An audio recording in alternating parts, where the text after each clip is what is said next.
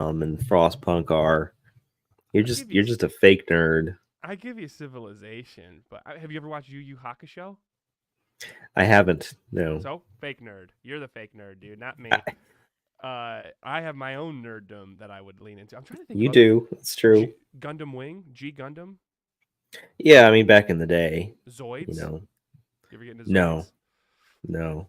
Zoids was pretty good too. I mean, there were so many things. The thing though, it's like I feel like, were you closeted nerd or were you like always, hey, I've been a I mean, nerd? in high school, I was always some kind of nerd. I was a band nerd, if nothing else. But yeah, in high school, I wasn't really flaunting my love of Dragonlance around.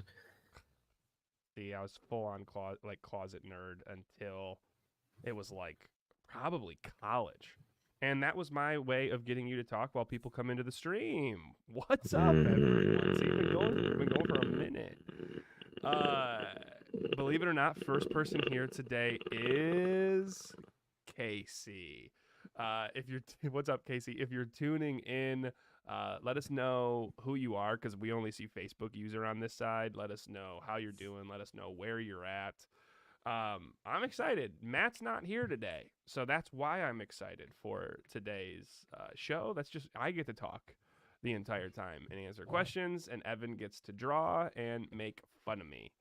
Um, Today we are not drawing a new beast. Today we will be showing you the editing process for Cade. So for those that don't know, Cade McDonald was one of our first let me just say, Cade, last name redacted, was one of our first fans of Unfound Adventures. He he wanted to. He read our first book. He wanted to make his own calling. He made four, and because he was our first fan, we created all of them for him. I had a friend basically donate, and it gave us the idea of doing donations, having our running our Kickstarter and having our backers sponsor young kids. So huge shout out to Cade and his parents for getting us started in the process of it. Evan created these four beasts, these four callings last year, and now we're going to be going through the editing process with them. He's done two of Cade's beasts already to full completion. We got two more. We have Cade's Explorer calling, and we have Cade's Builder calling. Builder. Builder. So we've done Defender. Now we need Builder and Explorer. So you're going to watch Evan's editing process. So if you have any questions about the editing, the fine tuning process of creating these callings, feel free to ask Evan. If you have any questions about the book or what we're building, feel free to ask me. And if you'd really like to ask, how did your first school visit go, Dylan? I would be more than happy to answer that and show you pictures and tell you stories of how I cried twice, and show you pictures of what these kids drew at Keewatin Elementary School. But first thing we're going to start with is we already got our first request in the chat. Thank you so much for joining. Thank you, Casey. Let's make fun of Matt's shed. Matt thinks that he has built in his backyard a espresso room and study room for like a writer. But if What a you look, nerd. I know, if you look at pictures of this, it's the shed. Let's see if I can get this up. It doesn't that sound like that Pinky's Out author thing to do? It just sounds like the nerdiest thing I've ever heard in my life. He sounds like he is not a closeted nerd. He is full on step out nerd. Look at my shed. Do we have any pictures of it? Man, I got to scroll through a lot of Bastunia stuff to find it. So at least he loves what we're doing. My God, when did he make this shed? Oh my God. Anything you would like to say, Casey? Oh, yeah. Casey also has a great question. Really good question, Casey. I will tell you how our school visit went in just a second. But first things first, let's find Matt's shed. Come on, scroll. It's a lot. He finished the shed a while ago. We're gonna if I keep scrolling, I don't find it. I'm not even What gonna. does it say that we're still talking about it? I know. I mean, Clearly, it's done its job. It's a good shed. No, I think he may have taken it down because we made fun of him too much. Uh, Matt has a shed, and don't listen to any other thing that he tells you. Um, so we made fun of Matt. Matt is at National Speakers Association speaking event. So he's at that this weekend. I think it's in Texas. Evan, how are Hmm. things in San Francisco? Dystopic. Oh, No, things are fine. Family's good. Work is everything's fine.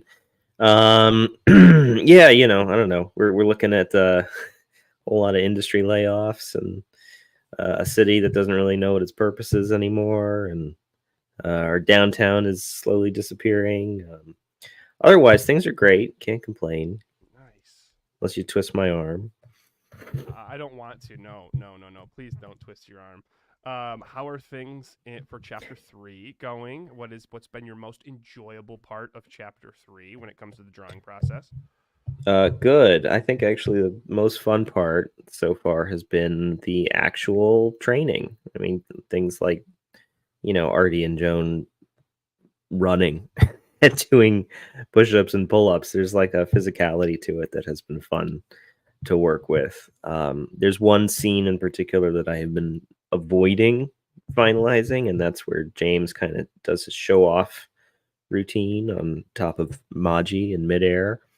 Um, but I'm finally engaging with that, and like everything I avoid until the very last minute, it's going fine. It's just gotta put my head down and power through it. Yeah. Um, yeah, no, So, that's about it.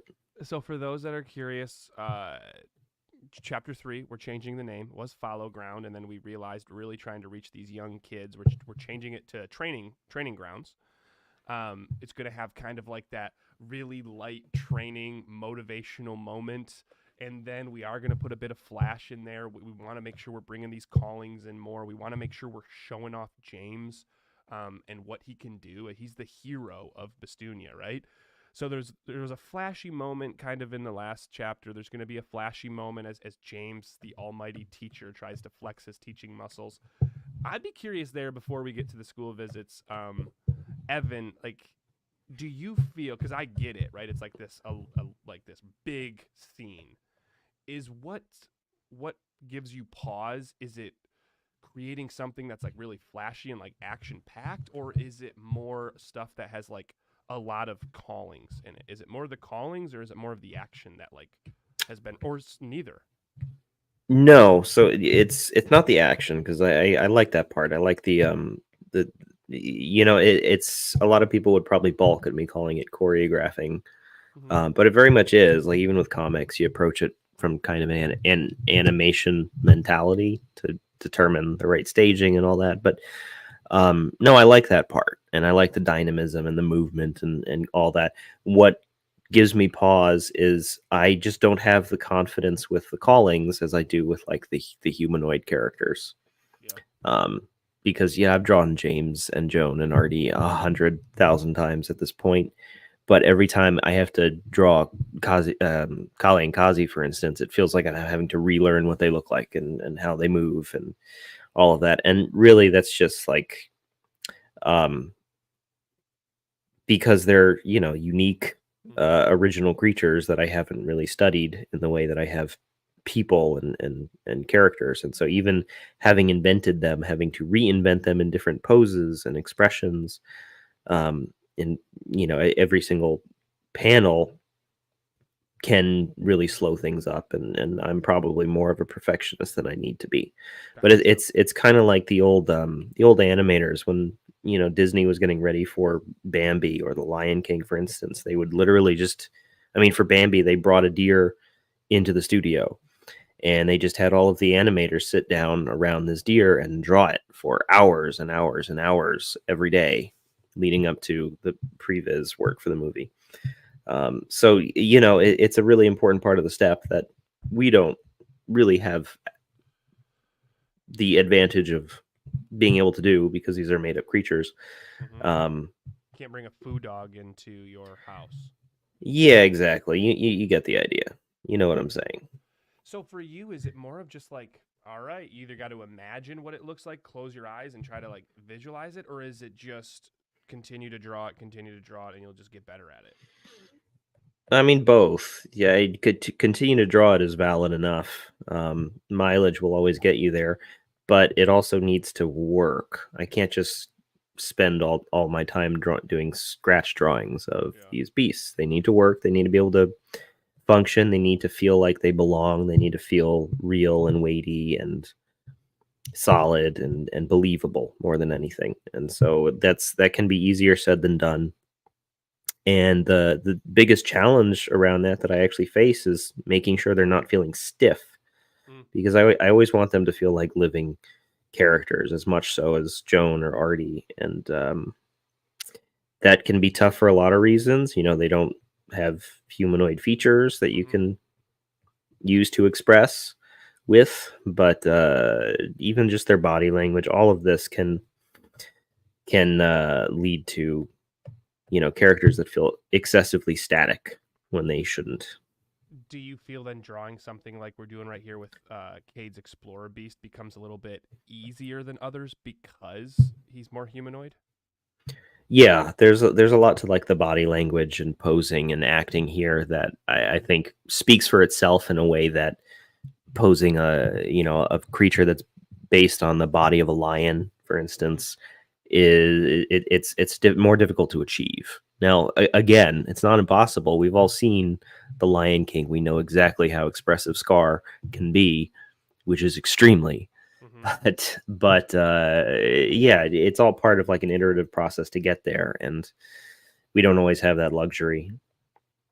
Yeah. Well, it's your job might get more difficult when you see some of these callings, man. I do you try to? So this is one. Its name is Orsa, or it could just be Orca. But when you see something like this, I don't know if you can see my screen. This is Orsa. I'm just gonna call it Aw, Orsa. that's cute. I know, really cute. I think it's a fourth grader that did this at Keewatin. I'll show more of these as we go on. But when you like immediately look at it, do you try to find like would your mind be like, let me try to find an animal in there that I can relate to movements or shapes from? Yeah, Or do you start sure. looking for shapes? Oh no, sure, sure. I definitely do, and like it's not an insurmountable problem. And if you want me to convert that to an illustration that is fun to look at and feels dynamic, I'm confident that I can do that. If you suddenly tell me that sorry, what's its name? This is The Orsa. creature's name? Ursa is going to be, the main character of a 60-page graphic novel, then I'm going to start to sweat, not Yeah. because of the scope of work, but because I need to understand how that character looks from every angle and how it grabs things, how it moves its mouth when it's articulating. Mm-hmm. There's just a lot more that needs to be known. What if you were to see something like this? Because this is something you and I talked about. I think it was last week. It was right in the middle where it's like, hey, we don't need you to completely recreate. It's not going to be just completely recreating this, but it's also not going to be a 60-page chapter or book. But what if it was a panel? Like, hey, we'll want Yeah. something like Orsa in a panel, and Orsa might not be looking like this. She might be jumping out of the water, hovering out of the water. Where would that fall in the level of like, ooh, shoot, almost swore, didn't? Ooh, shoot, where does that fall in the shoot meter? It's not nearly quite that bad. The library of things that must be known in order to achieve that reliably, based on a process you can fall back on, is much less Yeah, than suddenly needing to animate that character. yeah. Which leads us to one of the things we're going to chat about is as we go to these schools. When we first started to create Tales of Bestunia, I went to a land. You ever heard of Landmark? I think it's big out there in California. Yeah.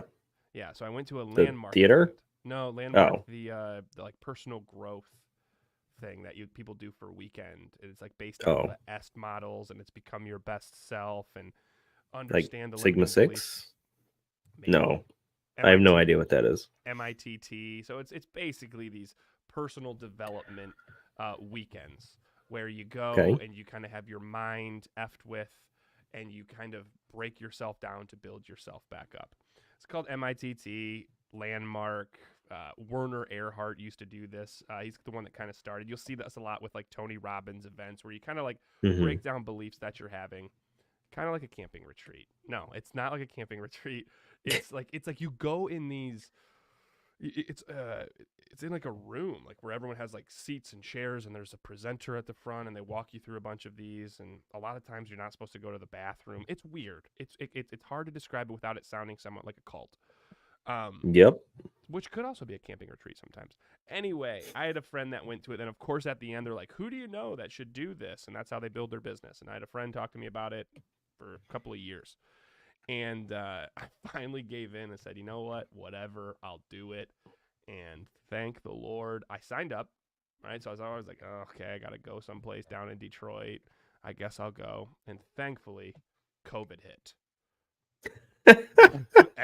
edit that out so I don't get canceled. But COVID hit, and I had to do all of it virtually. They're like, "Oh, it's still the same experience," and I'm like, "I don't fully believe that, but whatever. I'll still go." And I still had to pay the same, which sucked. Anyway, I went, and it was like a Thursday to Sunday thing, and they're breaking people down, and you're getting to know these like 30 other people that are in the virtual room with you, and you go through these exercises, and people just it just frustrates people, like how we look at how we're like used to looking at things. It's frustrating.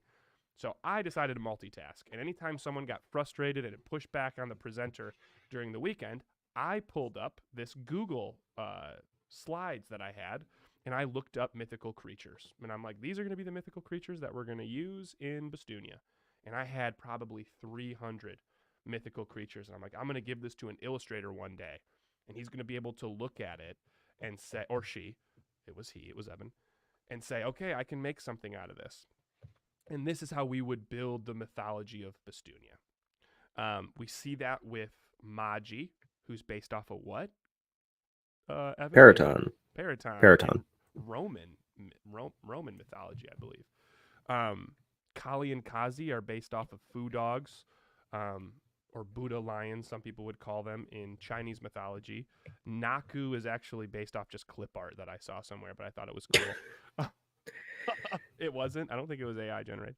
Um, No. but a lot of Ubuntu is based off of Sun Wukong, so that's how we thought we would build these. And then what this turned into is young kids liking it and young kids creating their beasts and their callings.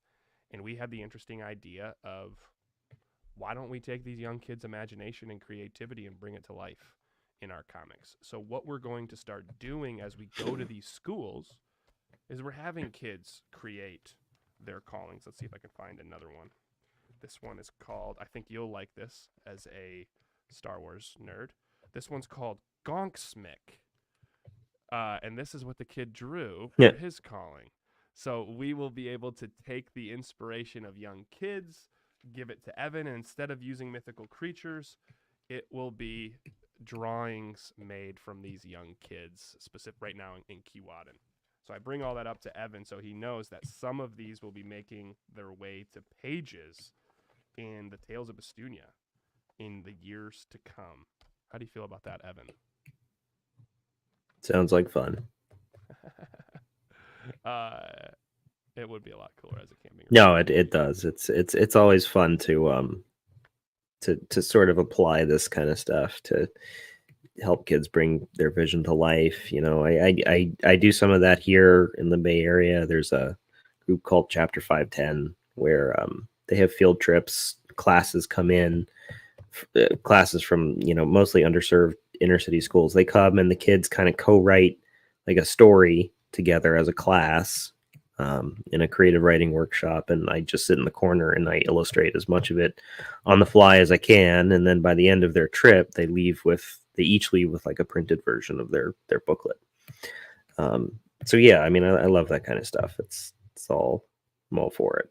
And what we'd like to do is, like, you're going to see scenes of potential battles, and yeah, Buntu might be in the front, or we might have Magi in the front, but in the background, right? We're not going to fully make it this calling as one of the main characters because we don't want to then put any of our thoughts of the character onto the young kid who created this calling, but we do want to be able to show these callings in the background, sometimes in the foreground, but not like main or secondary characters of our world. They will just make features, and then we'll have a little footnote on the page that says, "Hey, this person was brought this beast calling was inspired by Hank from Keewatin Middle School," which, by the way, here is his drawing, which is a giant dragon with these with these plates on his chest, and the plates can come off and defend things, but it can also, I don't know if you see this, Evan, it can tip on its side and act as a barrier. So it just lays down and performs a role to help people in battle. Have fun. Uh, Very so yeah, nice. Thought it was the so Transamerica Pyramid for a moment there. he actually based this. It's been really cool to see where kids get ideas from. Is he based part of it off of a Pokemon and part of it off of a uh, an animal? I think it looks like a pencil, but he wants it to be a dragon. You do the cool thing is you get more creative liberties because we're not going to have time. Oh, we lost it. I see your air server. We're not going to have the time to go back and forth Oh, and get really shield wall. Yes, we're not going to have time to go back and forth with these kids. Kind of like we do if a calling gets sponsored, like Cade's or like Big Chungus, right? Some of those get sponsored, and we're going to put mm-hmm. more detail behind those. Other ones will just get featured in the pages. I would love to talk to Evan. Did we talk on Wednesday about me going to Oh, what? Keewatin, the elementary visit that I had? Elementary school visit? No, Did we talk? not at length. Um, Great question, Casey. Let me answer this for you. I all a part of the Kickstarter tier is to sponsor a classroom visit where the fool of Unfound Adventures, that's me, does his only part other than act as a fool. And I go to classes and I talk about our comic world to these young kids. And really, what we've realized is There we go. you don't want to. Oh, were we missing it? No, it's coming. It's coming back. Sorry, Okay, technical no worries. difficulties. March is reading month, is why I'm going to these schools.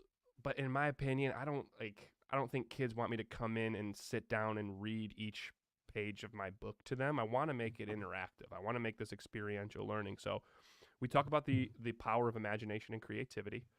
I talk a little bit about my background, being able to travel all over the world, being able to be a business consultant, which is kind of boring, but how my business and my imagination and my creativity started at a young age. It started in elementary school. And it started with things like Marvel or Transformers or Yu Yu Hakusho or Ninja Turtles, right? And you get all these kids that are like, I love Harry Potter, I love Marvel, I love Ninja Turtles. And then what we do is we start to ask them, like, who's your favorite Ninja Turtle? And, you'll have one that says, I like Leonardo because he's the leader, right? I like Michelangelo because he's the funny one. And when you ask further questions, you like to say, well, do you think you're funny? And of course, these young kids are like, yeah. So we can help these young kids see that they see part of themselves in these characters. Not all of themselves, but the parts that they see, they want to see it in themselves. So we can find who we are through fantasy. And then we talk about the world of Bastunia, and we talk about how everyone's born with a calling. And we ask the kids, what's your calling? Or what is a calling? And they say, what you're meant to do and what you really like and why it's important to you. So you get to pull from these kids on a calling and what they think their calling would be. And when you have a silly lens on things like this, I think it allows kids to tap into their vulnerability a little bit more. Um, I asked one kid. So after that, we talk about the paths of Bastunia, builders, and how builders like to create and make a name for themselves and leave a legacy. And they're the people that like to do the hands-on projects. And explorers are the peoples that like to adventure, and the people that like to that are filled with wonder and they want to try new things and they want to get outside their comfort zone and they don't need to be the best. They just want to try. And how defenders are people that are filled with love and they want to protect and they want to preserve. Ooh, the McDonald's crew is tuning in. So we're gonna get Cade's calling up shortly, his Explorer one. Evan, just so you're aware, I'm still just Yeah, setting up. sorry, I'll haven't. You're good. I'm having a bit of technical difficulties here We're all getting my judging you. I'll keep talking. Uh, yeah. McDonald crew, we're talking about me going to Keewatin right now and going through the same presentation, talking about defenders, and defenders are walking the paths of people that want to preserve and protect what they have, and they love the routines they have with their parents or the weekly routines they do, and they don't care about going out and adventuring. They care about what they have and simplicity and peacefulness. And when you say that, I'm able to let the kids know, hey, we will walk all different paths in our lives. But my question is, what path are you walking right now? Like, what path is important to you and why? I'm a great filibusterer, and it's nuts. Some of the answers you'll get from these kids. I remember, like, once they have that, they do a parent share. One kid comes back and he's like the one that's always just jetting his hand up. And I'm like, what is it that, what path are you walking? And he's like, well, I'm walking the builder path. I want to leave a name for myself. And I'm like, how do you want to do that? Which is easier to get deeper with this kid. And the kid said he wants to be a WWE superstar. He wants to be the WWE, what is it called? Champion, the worldwide champion, whatever Roman Reigns is right now. He wants to be the WWE champion. And it's easy to stop right there. But now the kids are in it. So you can ask the kids questions like, why? Like, why do you want to be this? And he then goes, well, my dad was a wrestler and he really likes wrestling. And I really like making my dad proud. And I was like, man, I wonder how much time you get to talk about this every day. Now, we're just talking about this through a fantasy world.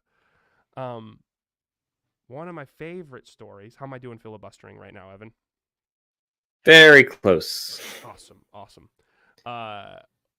One of my favorite stories is I walked into this fourth grade class this week, this Wednesday, and I really want to make this experiential. So I'm scanning the room. All right, we're back.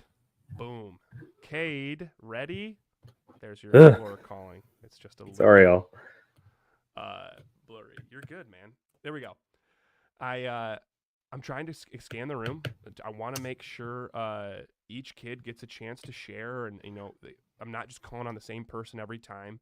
And in the back of the room, there's this the smallest girl in the class, and she's quiet. She's cute as a button, but she's at the very back of the room, and she just has her arms crossed like this, and she's just staring at me. Everyone else is raising their hand. I'm asking what kids' favorite comics are and what Ninja Turtle they are. Hands jumping up, kids yelling, and she's as quiet as can be in the back. And it's one of those things where I'm like, is she liking this, or should I just kind of pass over her? Not going to reach everybody. But I'll ask certain questions and continue to talk, and I continue to talk about the paths in Bastunia, and she just sits there, super quiet, super small, in the back. And I'm talking about the paths, and she just sits there really quiet, but she's looking at me. And I have them pair share, is what it's called. Matt came in and said he misses fellows. I promise we weren't making fun of your shed. But I asked him to pair share and say, what path are you walking? And I scan and I see this little girl talking to the person she's partnered with. I'm like, okay, so she clearly did the work. And everyone comes back, and I said, hey, who wants to share what path they're walking? And kids, of course, raising their hands, and I want to call on new people. And all of a sudden, one kid's answering the question. I see this hand raised in the back, and it's this little girl. So I get to her next, and I point at her, and I say, hey, so what path are you walking right now? And she said, Defender. And this little small girl says Defender. And I'm like, interesting. Why did you choose Defender?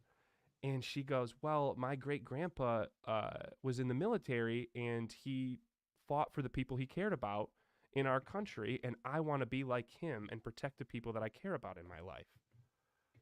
And I for some reason, I choked up. I turned around. I'm like, that is absolutely incredible. I remember telling my mom after it, and she was saying, I wonder if that girl goes and sits down at dinner and just tells her parents that. Because it's not like just something of like, hey, tell us what you care about. It's typically, what did you do today, right? What did you learn today? Another kid who's like the cool kid in class is raising his hand. He's like, I want to be a defender because I want to cherish every moment that I'm in. And to get that from a cool kid, it just, I don't know. I got really pumped, and I'm excited to see what we can build in these schools and what we can build to start the communication for young kids expressing themselves more. And then see what Evan has to share. But I'm pumped, Evan. I'm pumped to give you some of these callings and to see what you can turn them into. So no pressure Yeah. at all. I'll share some of them next as Evan continues to draw. If you have a question for Evan, if Cade is tuning in, if Cade wants to talk about his favorite part of his explorer calling, feel free to throw it in the chat. But we will have coming in the world of Bestunia, we will have a rainbow cat, Ooh. and its color is rainbow. And what else do we describe it? It's rainbow, and it lives in the mountains, and it likes itself. Okay. Well, that's going to be tough to work with. Just so make this rainbow cat like itself. Now let me give you let me give you another one. I haven't solved that mystery yet, but I'll try it. This one is just described by it has wings and two eyes, and it lives in the sand sea, and it likes to fly, and it looks kind of like a fairy. Good luck. Okay. This one is it is a fire-breathing centaur. Can we see it fully? There we go. Ooh. A fire-breathing centaur. It has 4 legs, 0 arms. I thought I saw 2 arms there. It's got 2 arms, and it loves to climb, and it lives in the Jungian forest, and it breathes fire. It's a fire deer. It's a centaur fire deer. What are we doing here? We got Ivy, which is a 3-headed monster that lives in the Jungian forest. It has wings, multiple heads, horns, tails, scales spelled with a K. And it roams the Jungian forest helping the plants grow with his tail. So each kid gets to not only draw what their calling would look like, they also get to describe it. For Evan, let me see if I can find some of the ones that jumped out to me for kids that I worked with. Hold on one second. No, it must be in the other class. This one girl drew such a cool fox calling that had mushrooms on its back, and it was neon purple and blue, and anywhere it walked, it would leave a trail of its neon blue and purple footprints. Let's see. We have a beautiful unicorn. Okay. So Nice. you'll be able to draw that. Let me tell you a little bit about it, Evan. It has lightning blue mane and a tail, and a lightning blue tail, and it has a white bottom and a reddish coat. She must not have had red for a color. The calling's power is to shapeshift, but the horn does not leave anything it turns into, and it has the power to control the wind. So I Wow. told them your idea, Evan, of like if it shapeshifts something, there's something there's something that There's got to be a giveaway. exactly a giveaway, like a big hat or things like that. So the kids had a almost swore, had a bunch of fun. Ooh. You're going to be able to draw some type of Yeti monster with horns. Oh, okay. It's a very fast, it's light brown, very fast, loving. It has long nails. It's very furry. And it's kind of like a deer, lion, bear human. And it loves its owner, Milando. She writes, she loves her owner, Milando, or something that starts with an M. That is every author when they first are thinking of the premise of their book. Oh man. This one, which is part cow, this kind of looks almost like a goth punk horse. It can spread poison from its tail. It's got a necklace that looks like it has a mace on it, and it's strong but kind, and it has ninja skills, Oh, well, you got to have those. and they're beast guards everywhere. So no pressure there, Evan. We have. Oh, here we go. This kid started drawing such a cool little fox creature, and it has the power to change its size, Hmm. so it can fit in your pocket and can also be super big. Now coming to what you're drawing right now, Cade said he really likes how you took his original drawing and turned it more nightmarish. Uh, Nightmarish, yeah. and anytime I come to these calls, or anytime I go to the Cade last name redacted's house, I have a swear jar. So anytime I swear, I have to put money into the swear jar, and I saved myself. So thank you very much. I don't have to pay Cade. Um, Evan, how do you take that? That is a question that I have, right? You said you kind of have a vibe. I think you got to listen to me talk to Cade, right? But like, what I gives you did, yeah. a vibe for a kid, right? Because you were spot on with this. Is it in the drawing? Is it in how he was talking about it? No pressure. all of the above. I mean, the energy coming from Cade was definitely extremely excited by a lot of the just viscerally destructive aspects of his callings.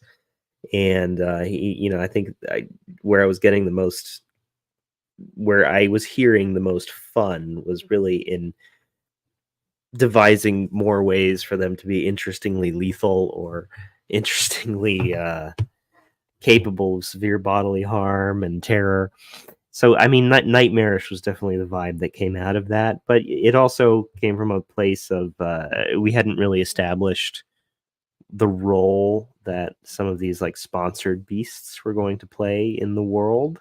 A lot was still up in the air in that way. Mm-hmm. And so I didn't exactly feel confined to, what would this look like if I had to put this into book 4 of the Mm-hmm. comic. It was When more about give Cade what he wants, deliver the vision. yeah. And if we're curious, I know it's fun when I get to hear from the kids and what they want their calling to do as an author to be like, oh, this is actually, I know exactly where to put this. So we intend to have Cade's calling go into, I think it's going to be book 9 or 10, as Joan makes her way back to Main City and then starts to go on her first quest.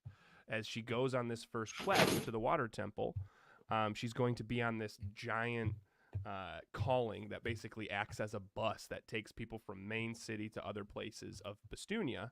And on the bus, she's going to meet another young kid, a little bit older than her. So this calling, I mean, you have to be at least 16, 15 or 16 to have a calling in the world of Bastunia right now.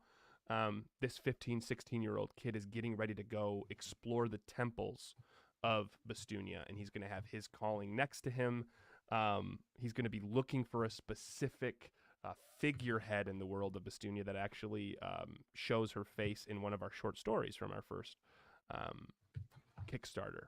Indy Joharis, he'll be looking for. So it's fun to see this stuff and to hear from these kids and then be like, I know exactly where to put this. I think the difficult part that I always remind people is it takes time. Like I had to tell every kid in the class, I'm like, you need to have patience. You will inspire the beasts and the callings of our world, but you have to have patience because we've been working on this for 8 years, and we just put out our first 3 books. So these take time to think of and to put on paper, and the kids seem to get it. But um, do you ever, Evan, as you're drawing things, is like the patience aspect does hit? It hits me difficult. But for you, are you more on the I'm more focused on where this work is right now? Or is it like, do you run into that internal, like something that you really want to get out? I think of some of your water color paintings. Do you run into impatience often or not really? Yes. Yes. Yeah. I think it's really common, especially if you're into illustration, the kind of art for entertainment, books, comics, games. it's really tempting to always want to just jump into an idea and develop it. But it's a good way to sort of trap yourself or pigeonhole yourself into an idea that it isn't really stress tested the way it should be. And it's a good way to actually pull the steam out of a project by jumping into something too soon before it's baked enough. Mm, mm. Yeah, it's such a weird it's such a weird balance, right? Because I also know it's like I was started a podcast with my main company, and we talk about the uncomfortable journey. Like the company's called Thought Leader.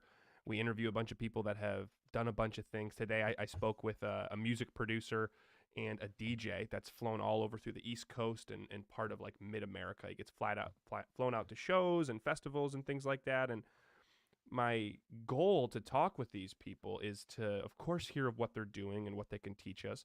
But I really want to hear of like the uncomfortable time. Like, why did you decide to get uncomfortable? Because the other side of that is like people sitting in this comfort zone and never like having an idea and never getting it out there.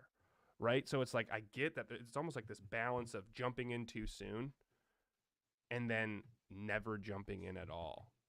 Right. It's like, Yeah, I don't want to come across as sort of advocating for sitting on your hands until the perfect moment of inspiration, because that's never going to come. It'll never be perfect.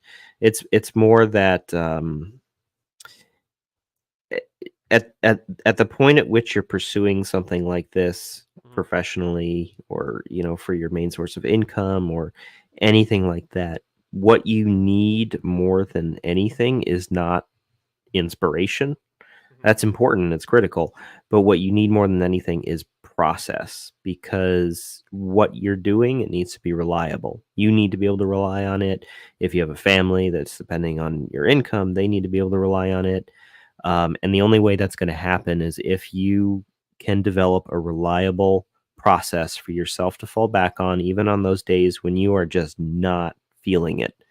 Because even if you feel like you don't have a creative bone in your body, if you just woke up on the wrong side of the bed that day, if you're sick, if you've been cooped up all winter, and there haven't been a whole lot of like inspirational inputs for you to use and feed off of, it doesn't matter. You still have to find a way to show up and be creative and be productive. And that's like the work aspect of it. And that's not something that's just going to come. It's not a skill that's going to develop organically as your artistic skills develop, as your technical skills develop. It's more of an attitude. It's more of an endurance. It's more of an entirely different muscle set that you need to build. And that is to have that reliable process that you can lean on when the happy accidents just aren't happening.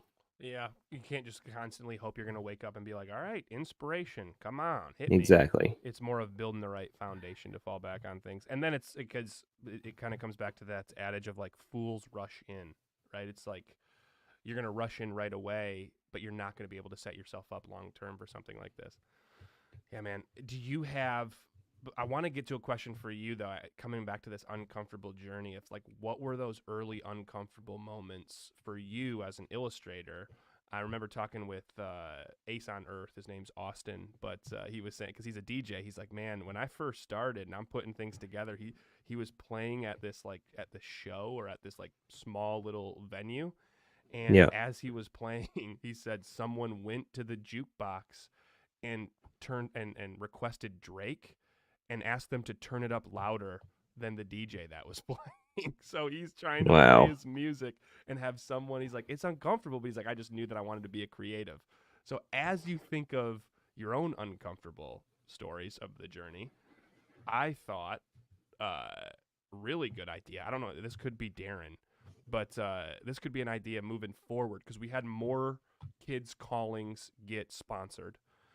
So a cool idea could have young kids come on these Facebook lives and we can interview them to talk about their drawings to get more of a vibe of the Yep. personality of the calling for you to be able to download, and we can slowly start to work with the kid. So thank you, whoever said that. As you can see, it only pops up Facebook user. So if you're new, if you say something, just throw your name at the end of it so we at least know who to thank. I'm going to say thank you, Darren, because I'm just guessing this is Darren because we're talking about Cade. Evan, how many years as Hmm. an artist? Define artist. I mean, Working, it's like really either like expressing yourself, putting on. Yeah, let's just do the whole thing. So the very beginning, starting to draw, like seriously, not like, oh, it's draw time, but seriously being like, I want to draw. yeah, I don't know, probably about 12 years now. Oh, since you were 8. Um, You do have no you? idea how old I am, do No, you? we're the same. You're just older than me, I believe, right? 34, 33. I don't know if you say so. Okay, I'm gonna go with 34, 35, 34, 35, 35. What's your question? Um, it's more of a yeah. Walk us through like what do you, like looking back. What was the most uncomfortable part of that early journey of starting to put your work out there?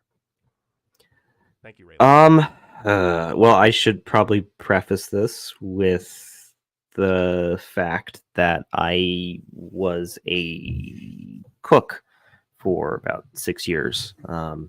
I'm not 47 Oh Facebook man, user, anonymous Facebook to user. say, holy, I'm way off. You're a cook. Continue. I was a cook. I was a cook in Miami. I was a cook in DC. I was a cook out here in San Francisco. I eventually became executive pastry chef of a small restaurant group in the Valencia Street corridor. All this is to say that like this was either before or ultimately parallel with the ramping up of my design slash art business. Um, and as a result, I was very familiar by that point with the kind of performative aspect of the work, putting yourself out there to be immediately judged Mm-hmm. by complete strangers based on, a very holistic or subjective assessment of your work product. So there's that, which definitely helped with some of that early onset pain slash learning curve that comes with this kind of business.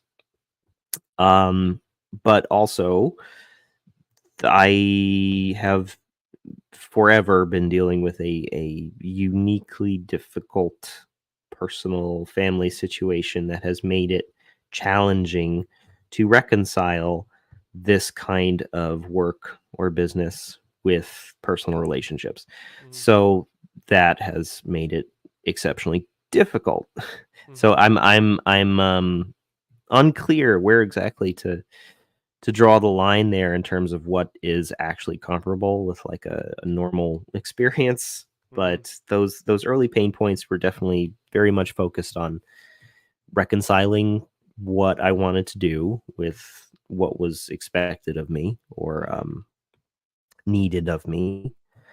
And yeah, that was probably the worst of it. And so as like if you're a parent out there, for instance, and your child is expressing an interest in art, even in a professional capacity, and that just sends a chill down your spine. Let me say I get it, but be very careful how you navigate that, Mm-hmm. because that could go a lot of different ways. And yeah, I could certainly talk to this more deeply, but If yeah, you don't, I'm gonna ask some follow up questions without getting like, yeah, oh, tell me exactly what it is. But I want to ask, like, for you though, like having this like early resistance, I'd be curious for you specifically as like, because you could have continued to be a pastry chef, right? What was it about mm-hmm. drawing that you're like, yeah, this is early resistance, early like, what was it that pushed you through it? Because it's now you're over a decade into it at 46 years old. What pushed me through it? Yeah, it's like there's got to be some. I would imagine there's got to be something with drawing, whether it's with drawing or with its what Yeah, is it you want to create that you're like, you know what, it's worth going through this early wear and tear. yeah. The easy answer is I Nah, didn't give really me have a don't give me choice. a difficult answer. Don't give me an easy. Go middle of the road answer. Okay, I genuinely didn't ever feel like I had a choice. Mm, If this is something that you need to do, And even if you can't articulate what exactly it is within that schema that you need to do or why you need to do it, but you just know that you need to do it, there isn't anything that you can do to prevent yourself from doing it. Mm, And if that means that you take a job as, a software engineer and moonlight in order to do this and keep that torch burning after you spend half a decade or more on it full time and prove that, not only are you capable of it, not only can you get that foot in the door and work on some of the things that you really want to work on, but it's not really sustainable for um, some of those personal relationships or building a family in a city like San Francisco or whatever it is. mm-hmm, It doesn't matter. You will find a way, mm-hmm. and that doesn't make it easier to find a way, but you will find a way. So that's my answer to that.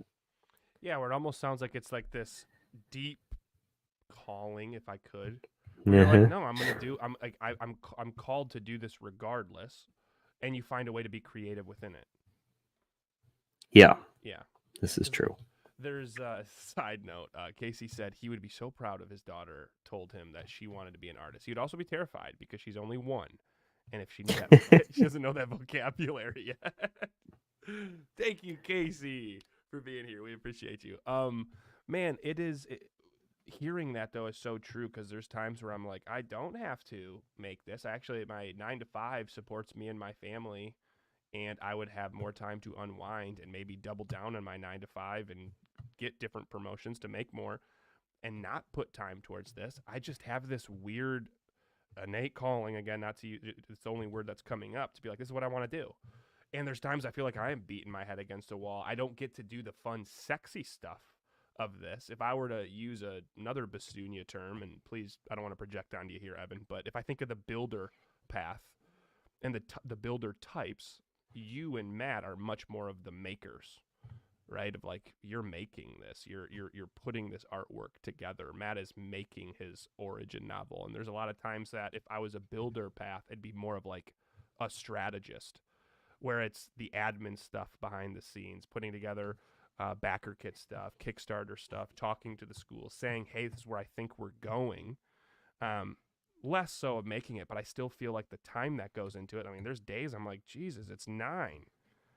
And I'm emailing teachers or I'm getting ready for the rest of this week or getting ready for my presentation. And you sit and you're like, I don't have to do this.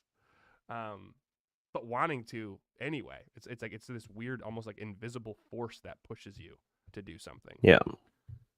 I really dig that answer, man. And thanks for sharing.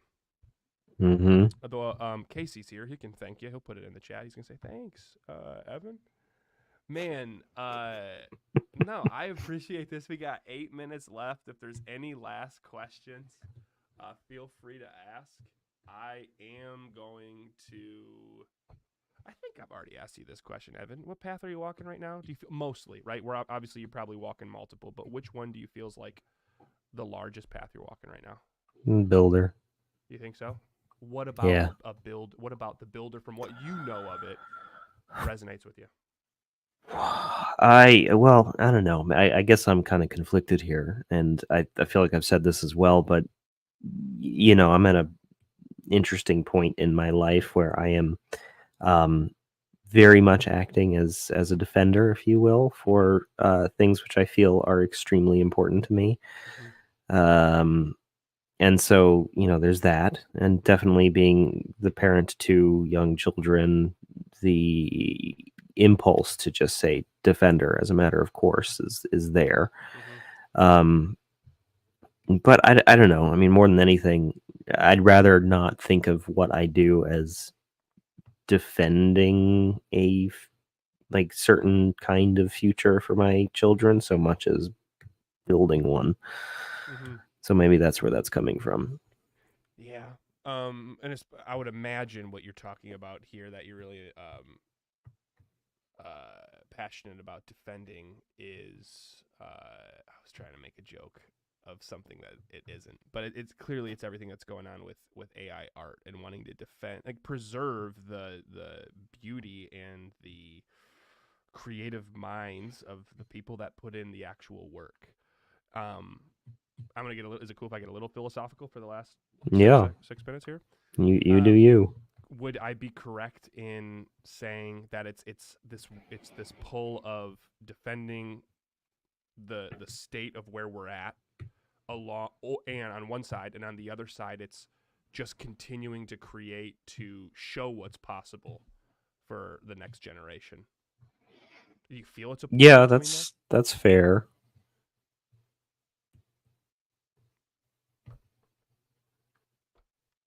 Is that it? I mean, so what was the question again? I guess no. I just want to make sure, like, so you're in these two different, like, and are you Like, saying then that you why lean do towards? I fight No, because fight the way I do? I definitely know that you fight. Like, I definitely know why it's. Yeah, I guess the way that you do. Tell me that. Why do you fight the way? I know it's important to fight and stand up, but for you specifically, what's the pull and the way that you do it through using your platform? Um, I mean, a lot of it again probably has to do with some of the same things I talked about before, which is, I've spent a long time in highly devalued careers, whether it's as a teacher, as a cook, as an artist, and the cost of that devaluation of that, it can be a form of dehumanization, and like the last group of people on the planet that need it, maybe not the last, there are, this,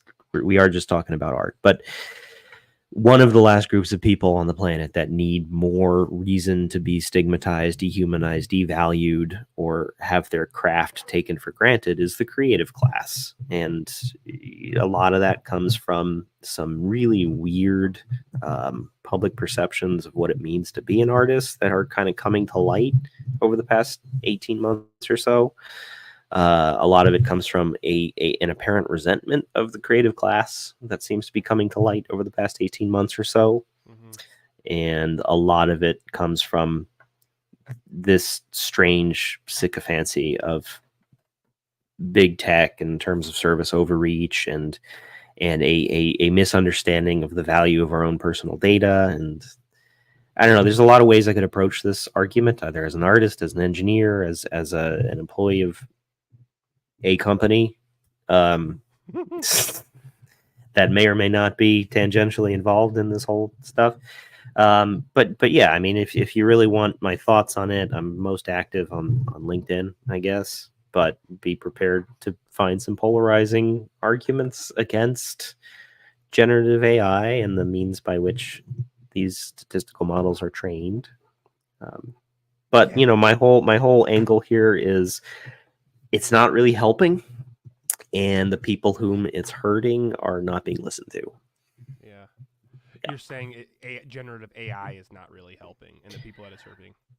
There are plenty of applications for generative AI that could be extraordinarily valuable, or at least like benignly efficientizing. There's no reason generative AI is not the problem. The Mm-hmm. problem is, and again, not to totally take out my soapbox here, is the way the for-profit companies, which have created commercialized service platforms with which to engage with these Gen AIs for specifically text to image generation, trained their models. And that is by mass scraping of the internet, including millions and millions of copyright protected works, which have now been ingested into these stochastic prediction based statistical algorithm models in order to regurgitate fractals of existing content without any kind of meaningful data provenance, which is important to researchers, without any kind of attribution or compensation, which is important to creators, and without any kind of licensing, which is important to everything and everybody. There's no licensing for protected works, copyright protected works involved in this process. And so Yeah. let me, which I'm really, and this is, I want you to say it in your language. I also want to boil Okay. it down to my language because I'm going to be more layman. It just seems like the you can see how it can help, but the way that it was, like the foundation it was built on, or the way that it was rolled out, is completely bass backwards. and it's now almost too late to go back on mistakes that were already made because it's put into the system that way. Is that it? In a It's nutshell, obviously there's a lot more there, but Yeah, there's a lot more there. I mean, in a nutshell, that's valid. It's too late to go back, only in the sense that these models cannot unlearn training data, mm-hmm. which is part of the problem. And so there's precedence for things like algorithmic disgorgement, which is a tool leveraged by the FTC for things like the Cambridge Analytica data scandal, when data was improperly harvested and mined and leveraged against users. And that basically means the destruction of any form of software that is created using ill-gotten data. I mean, that's an extreme solution, but it is definitely a valid one, and it would allow for what a lot of people are calling a clean data restart. No one is trying to be a Luddite here and say down with the technology, down with tech, let's all Mm-hmm. go live in a cave. It's really just about, why are we completely ignoring things like copyright and data privacy and the rights of creators the world over, just because a lot of people, most of them in Silicon Valley, are suddenly very, very taken with their shiny new toys. Yeah, it almost it gets like a society that just values efficiency over anything. Yeah. Um, and what that There's a leads writer I really like to follow, Noah Lekas. He wrote once that my goals are not optimizable, and I'm Ooh, paraphrasing there. And yeah, I just really liked that. My goals and aspirations, I believe, is how he put it, are not optimizable, and that really stuck with me. And that's something that's a phrase I've been falling back on more and more. because yeah, it's and we'll the only reason I'll say we'll wrap it up here is we're at the time, not to because it's very important, right? Um, and I actually want to spend more time talking about things like this because, as long as you're cool with me asking those ignorant questions, I think when we first got together and AI was starting to come up, one of the questions that I asked you very early in the process, so please, Casey, you're probably the one that's here still, don't hate me, where I'm like, do you see a place for it? For instance, to make your own work, like let's say we get into Bastunia and potentially like it's that hardlining work of AI that can understand Evan's work and create the hard lines or the shadings a little bit easier. Um, and I think, correct me if I'm wrong, I think you're like, if we got to that place, I see a place for it. It's where it's at right now. For instance, like taking as the right to take your work and just start going to town without you getting any credit for the 12 years of mastery that you dedicated to this practice that is not a lucrative practice. So it's like taking the main thing you put to something away from you. Is that you recall that or no? Yeah, Is I that do. right? And is that right? Like is that like directionally accurate or No, it is. Again, I'm not the kind of person who's going to say there's never a reason for AI or generative AI. It will never have a use case. Like, I don't think I would ever use it personally, mm-hmm, or be involved in projects that rely on it, because I mm-hmm. don't care for it and I don't really want it. But I would sit down and shut up about it if it weren't so clearly violating of so many things, so many Yeah. very base and fundamental things, elements of the social contract.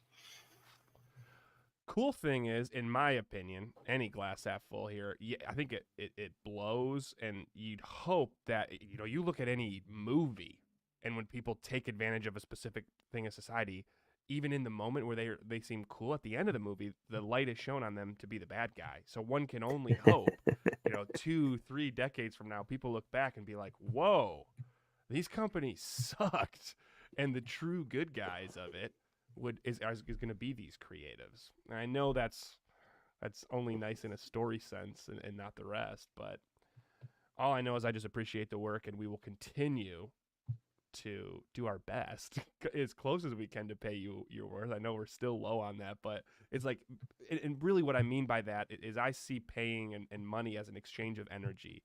And it's like, I want to give energy towards what you have dedicated more than a decade of your life to producing. Um, and hopefully our following feels the exact same way.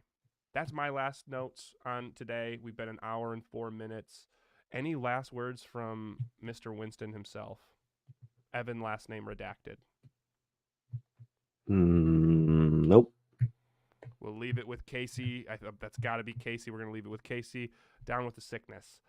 Thank you, everybody, for tuning in. We'll be back in 2 weeks. We might do either more edits or potentially do some landscape scenes and answer questions about the upcoming Origin novel and comics that will be coming out in and delivered to everybody in May. We appreciate everybody's patience. We appreciate everybody tuning in. We'll see you next time.